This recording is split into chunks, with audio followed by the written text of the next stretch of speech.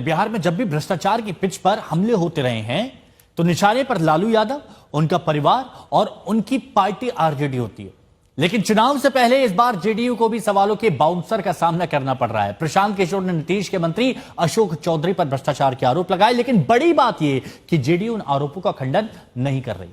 कह रही है कि मंत्री को जवाब देना चाहिए। लालू राज, जंगल राज, भ्रष्टाचार, बिहार में एनडीए इन्हीं मुद्दों पर महागठबंधन की घेराबंदी करता रहा है।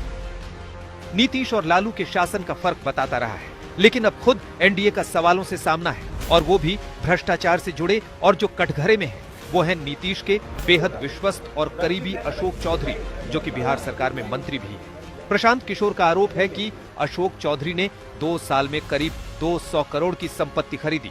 2022 में पटना में 38 करोड़ से ज्यादा की 5 जमीन खरीदी गई। राजनीति में ऐसे आरोप नए और अचंभित करने वाले नहीं होते हैं, लेकिन इन आरोपों का असर हुआ। जेडीयू के अंदर से ही आवाज उठी। जेडीयू के प्रवक्ता ने आगे आकर कहा कि जिन पर आरोप लगे हैं उन्हें जवाब देना चाहिए। आप बता दीजिए, अगर गलत है तो बता दीजिए, प्रशांत किशोर गलत बोल रहे हैं, इन पर केस कर दीजिए हम पर। आप मंत्री हैं, अपने पीए के नाम पर आपने जमीन खरीदी 2019 में, फिर 2 बरस के बाद उसी जमीन को बिना पैसा दिए अपने बेटी के नाम पर ट्रांसफर करा लिया।